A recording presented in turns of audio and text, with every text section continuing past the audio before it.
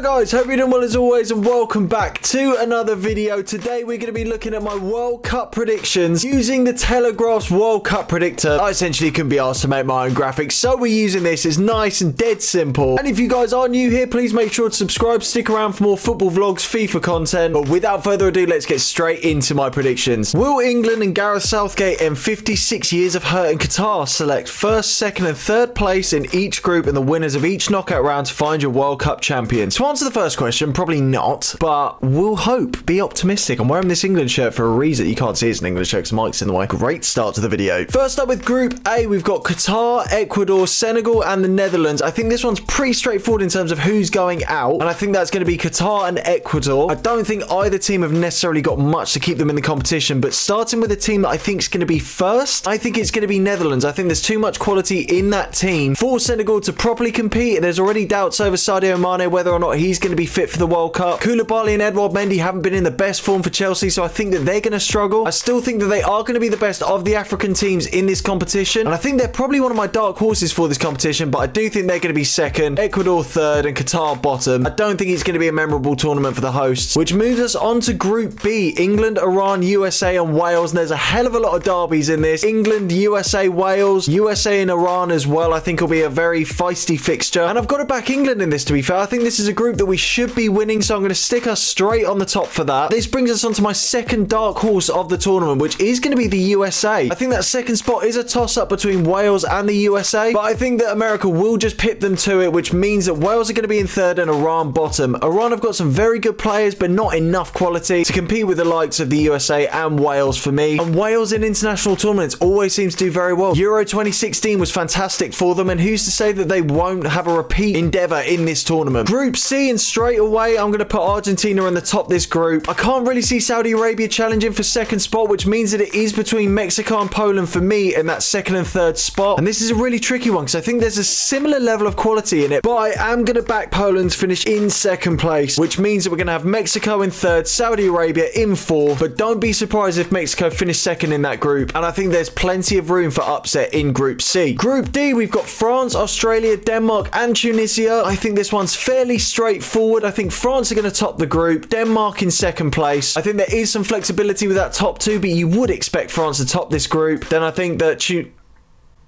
why has that come up? Go away.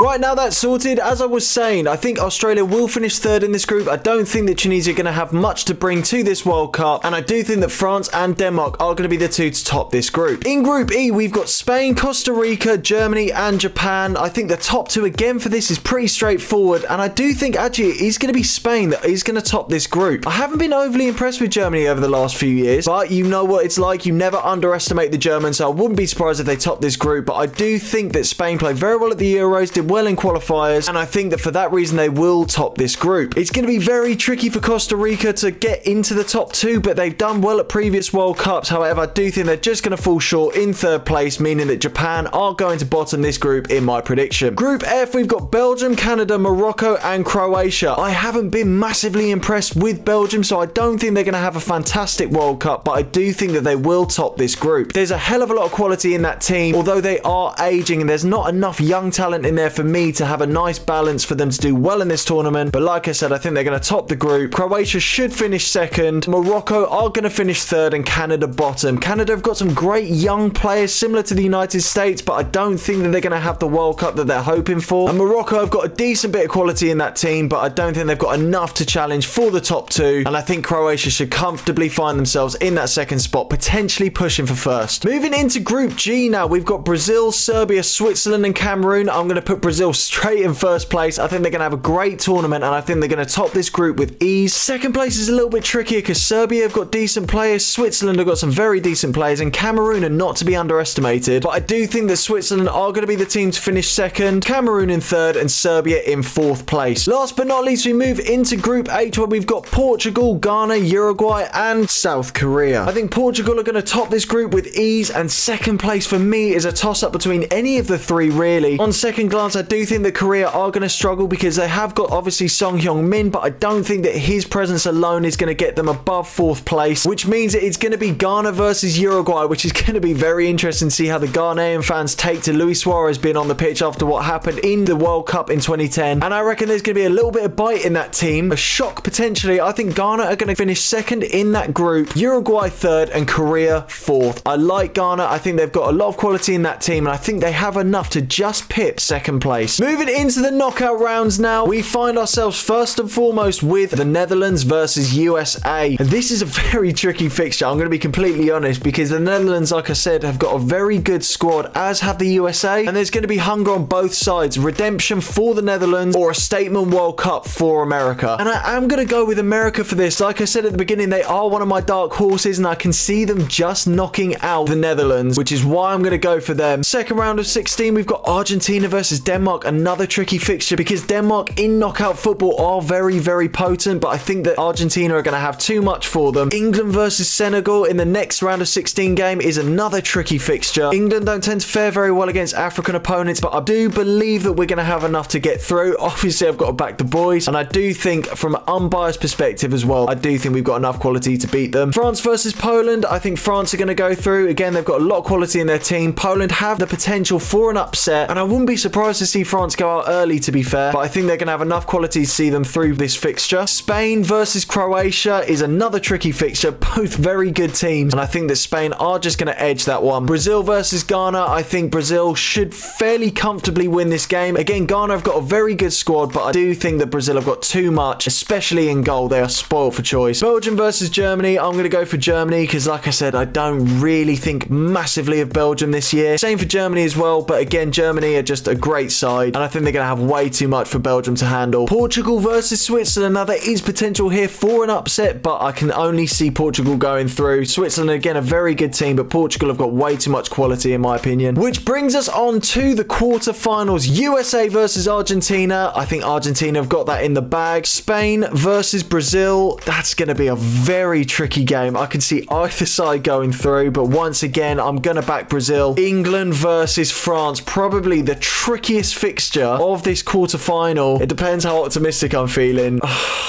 Do you know what? I'm going to go with... Oh, I don't know. I was going to go with France. We have looked terrible recently, and for that reason, I am going to back France. I would love it if we went through, but I'm just not massively convinced by our recent form, and I can so see Hugo Lloris upsetting Harry Kane, and the thought of Mbappe running at Harry Maguire is honestly just...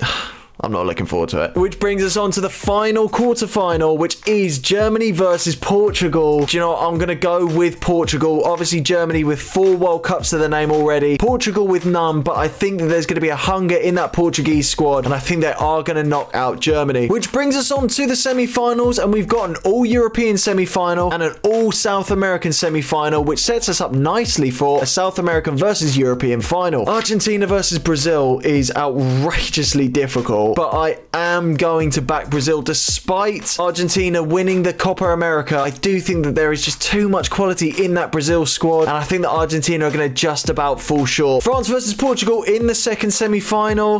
I'm not overly impressed with either of these two teams on a grand scale, but I do think that France have got too much for Portugal to handle, which sets us up for a Brazil-France final. And who is going to take home the World Cup? Is it going to be Brazil in South America, or is it going to be France in Europe? I think it's going to be Brazil. I'm backing Brazil to be my winners. There you have it. And 23% of players also picked Brazil to win. That's interesting. Argentina in first place with 27%, Brazil with 23%, and England with 8%. I'd love it if England won the World Cup, but based on our recent form, as I said, I cannot see that happening. So unfortunately, with Argentina and Portugal going out in the semi-finals, it doesn't set us up for that Messi Ronaldo World Cup final that everyone's dreaming of, but it does set us up for a third place face-off between those two players. And for the record, if that happens, I do think that Argentina will pip that. I think they've got just a great squad. But before we wrap up this video, I'm going to go through a few player awards like I do with my Premier League predictions. We're going to go for player of the tournament, young player of the tournament, goalkeeper of the tournament, and top goal scorer for the World Cup in Qatar. So starting off with the Golden Glove, I'm going to go with Alisson. I think he'll be the goalkeeper to start in between the sticks for Brazil this tournament. Young player of the tournament, I'm actually going to go for an English player. I'm going to go for Phil Foden. He hasn't really shone in an England England shirt as of yet, but I think this tournament he's going to be the one where he really announces himself on the world stage. He's been in fantastic form for Man City this season, and if he can carry that into an England shirt, I think we could go very far this tournament. Player of the tournament, I'm going to go for Kylian Mbappe. I think he's going to have a very good tournament despite all of the negative press about him at the moment. I reckon this could be where he makes a press eat their words, and all in all, he's a fantastic player. I think people focus too much on things outside of football, and focusing purely on his football talent, he is an incredible player. And last but not least, the top goal scorer for the World Cup in 2022 in Qatar, in my opinion, is going to be Kylian Mbappe, hence why I've given him the player of the tournament. I think he's going to be on fire, and more often than not, the top goal scorer ends up being the player of the tournament, but like I say, I can see him winning both of those awards and having a very good World Cup, but not good enough to win it, as my winners are Brazil. Thank you very much for watching. As always, guys, I hope you have enjoyed. Comment your predictions, who you think's going to win. Let me know what you think of my predictions as well, and be nice. I will see you guys in the next one. Thank you very much for watching. Subscribe if you're new. Take care. Peace and love.